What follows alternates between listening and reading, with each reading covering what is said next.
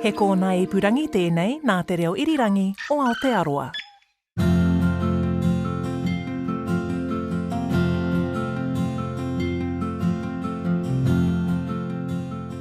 Kia ora koutou.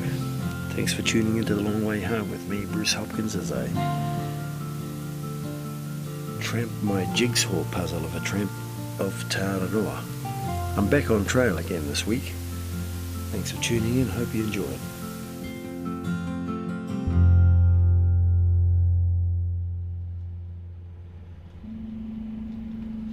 Just riding on through central Wellington on the airport bus. Flown down. Got a very nice fare, $59. Unbelievable. Going to be heading up to Otaki, staying with my friends Carla and Greg, Carla Van Zon. The next stop is Manners Street at Willis Street. And I've known Carla from back in the Limbs days.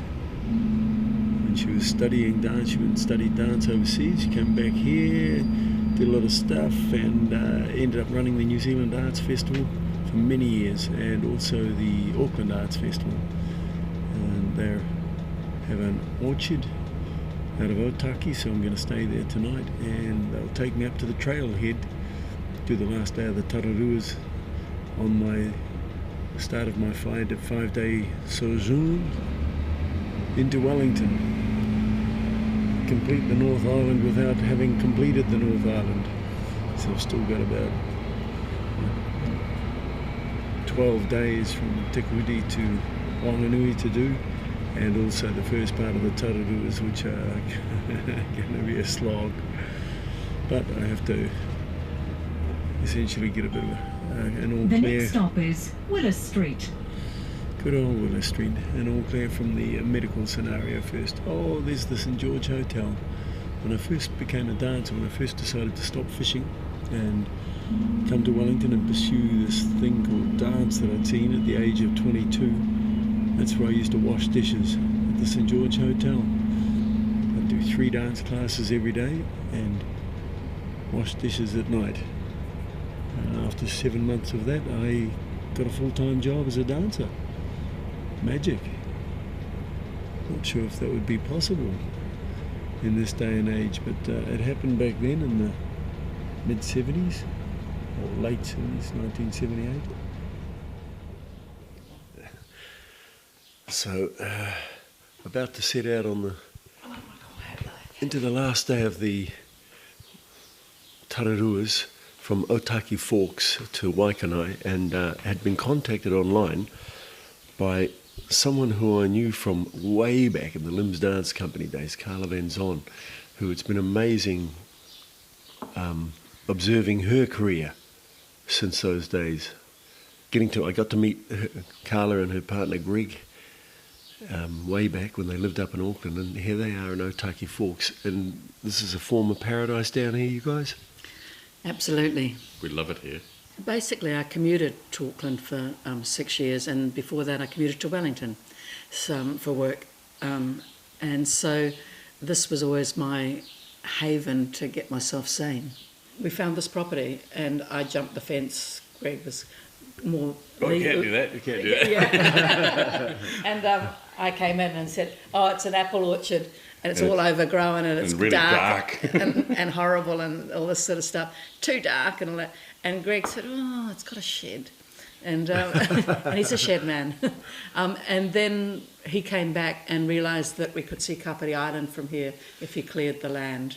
And the mountains. And the mountains in the back. on the other you can side. see the snow on the hills. You can see the snow in the winter on the mountains here. And with Kapiti always on view there, we bought it. He moved up here and lived in the shed and started clearing, because this section was just completely covered in noxious weeds, trees, old plants, kiwi fruit, all sorts of things that had just overgrown. And it took him about a year to clear it. We were able to swap food quite regularly with people, so we have juice, cider, cider vinegar, pork and eggs, and we have a lot of feijoas and fruit and things. So we swap all of those things. I can give you a goose. Would you like a goose? Yeah, chuck it on that Frozen least gooses. 19, 20 kg, that'll take it up to 25 kg.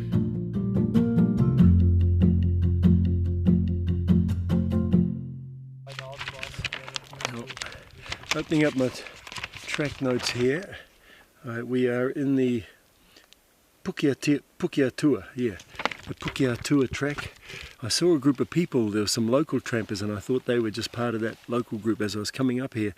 And then at one point I'm tramping up on this path, and there behind me are these two people, and it's Sybil and Sven from Switzerland. And you have said welcome to New Zealand for a start. Thanks. Hi. Thanks. So you've what are you now? 2 months, just over 2 months into your tramp. What's your experience been so far? Are you enjoying it, or is it what you expected? It's about what we expected. We enjoy it a lot, but of course there are some days which we don't like or don't enjoy. Yeah, for sure. Yeah. Maybe the best example is the trek from Wanganui to Palmerston North. It's 100 kilometers on the street. We did maybe 8 or 10 days break with the canoeing and all that stuff. And then starting to walk again on the street that long, that was not that nice. Yeah, it was painful, really painful. Now tell me about Christmas Day, your experience with the Trail Angel on Christmas Day. Yeah, it was quite cool. Like I said before, it was the day on the street. So in the evening everything hurted. And we passed the house maybe 1 hour before we wanted to stop. And some locals, they drove behind us with the car. And, they just stopped next to us, put down the window and gave us 2 beers and Christmas cake. And that was really cool. Yeah. It was ice cold and was perfect. It was perfect. And I think that was the best experience so far we had with the so-called Trail Angels.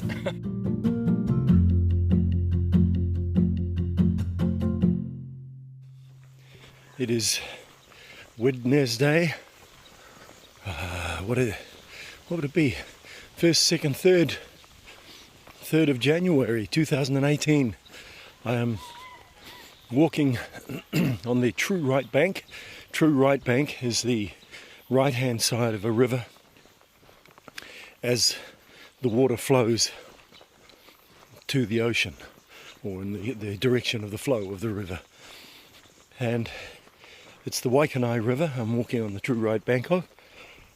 Walked from Otaki Forks through the last part of the Te Araroa range on Te Araroa yesterday, where I met up with Sven and Sybil. Just wonderful, wonderful developments. That was it was a nice little slog. We were up over 800 metres, up and down, the usual in those forest sections. Beautiful forest, stunning forest up the top there with all the mosses, etc. Down onto Rekorangi Road, or Mangaone, South Mangaone Road, out of the Pukeatua track. And it's all flat today. It is all flat. I'm going to be doing 8k on the beach once I get down to the bottom of the Waikanae River, where it gets onto the beach essentially, and then along to Paikokariki. And the bloody sun's just come out. I'd hoped it would stay cloudy all day, because it's a bit of a burny sun these days, but kind of magnificent. I've got a day pack on because Shane has offered to come and pick me up from Paikokariki and bring me back to their place at Raumati, and I'll stay the night again there, and he'll drop me back at Paikokariki tomorrow to continue my walk into Wellington. So just so blessed, to have such amazing friends. It's incredible, they're so generous. So, rather glorious section of the trail. Really enjoying seeing this kind of information board. I'm on the Paikokariki escarpment up above Highway 1 down there, and the coast. Come past an area here, Paripari. So today, little evidence of paripari remains, just the groves of karaka and ngaio. The garden terraces formed by pegging horizontal logs and covering the backfill with sand have long since collapsed. So the construction of the railway in 1886 destroyed the natural slope down to the beach. But it was the 1820s northern iwi Ngati Toa and Ngati Te Araroa displaced the original inhabitants of Kapiti Coast, south through to Wellington Harbour. 20 years later, Edward Wakefield described Paripari as a kainga village of the Manu Korihi Hapu subtribe of Te Araroa, set 15 metres above the beach. Huh. So, pretty amazing. I think there was a kainga here. They must have been fairly tough folk. But it's just really cool. It's got a little bit of the European history, but importantly, it's got some of the pre-European history, which, of course, as we Kiwis know, very few of us have ever had any education in, and which I personally think is vital to us truly coming to terms with being grateful, for a start, that we have been born in this nation, or that we live in this nation. An understanding of the past is pretty vital, I think, to our sense of community and belonging.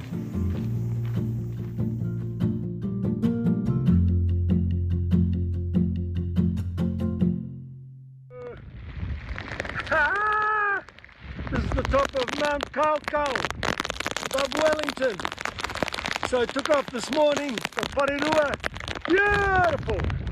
And that storm system that was predicted has hit, and I am drenched. All right. Choo!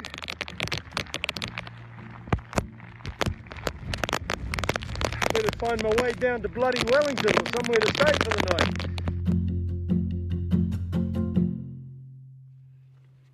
Finishing off the Wellington section today. Probably about a 5-hour walk for me. Nice bit of hill climbing and stuff. There's up around Wadestown there, where I finished off yesterday in the rain. Boy, I was fairly soaked, and my bloody pack got soaked as well. The contents, some of it. So that's a bit of a nuisance because I had a pack cover on. And my little weatherproof overboard pouch that I'm wearing. The stuff in there also got a little bit soaked. And I'm on the southern walkway, was on the northern walkway, Wellington walkway this morning. I'm coming down from up in the hills on the other side of the northern side of the city. Come down through the city, the botanical gardens, and the cable car terminus, and down around Oriental Bay, and up Mount Victoria, and I'll be heading over to Island Bay. Pretty bloody glorious, windy as hell, and there's a test match going on, I see, down at the cricket ground. From up on high I could see it. Now, as I'm talking, I may be off trail. Bloody hell.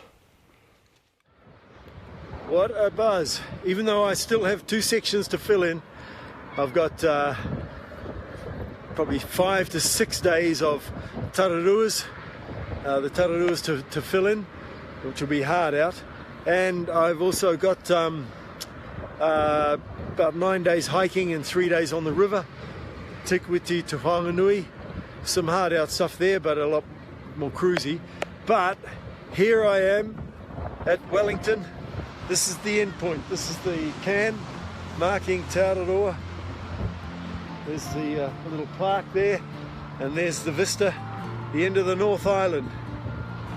So yeah, Te Araroa, North Island. Choo! The Long Way Home is produced by Bruce Hopkins and Justin Gregory. The executive producer is Tim Watkin. The engineer is Jeremy Ansell. Subscribe to every episode of The Long Way Home podcast at iTunes or at radionz.co.nz/series. And while you're there, please rate us. That way more people get to hear these stories. If you go to the Long Way Home webpage at rnz.co.nz, you'll find an interactive map that follows Bruce as he walks Te Araroa. He's also on Twitter at BruceHop, so get in touch if you've got tips, questions, or can offer him a bed or a meal or a hot shower somewhere along the way. You can also email him at thelongwayhome@radionz.co.nz. The Long Way Home. Whenua, whakapapa, whānau. Follow us.